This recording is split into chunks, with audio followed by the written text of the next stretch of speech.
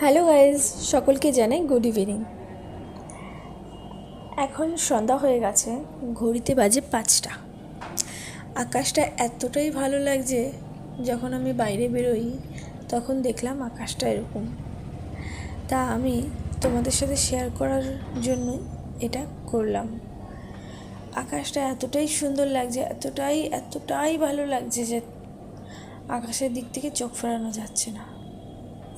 সুন্দর জিনিস সবাই দেখতে ভালোবাসে, বাট এইসব জিনিসগুলো সচরাচর দেখা যায় না।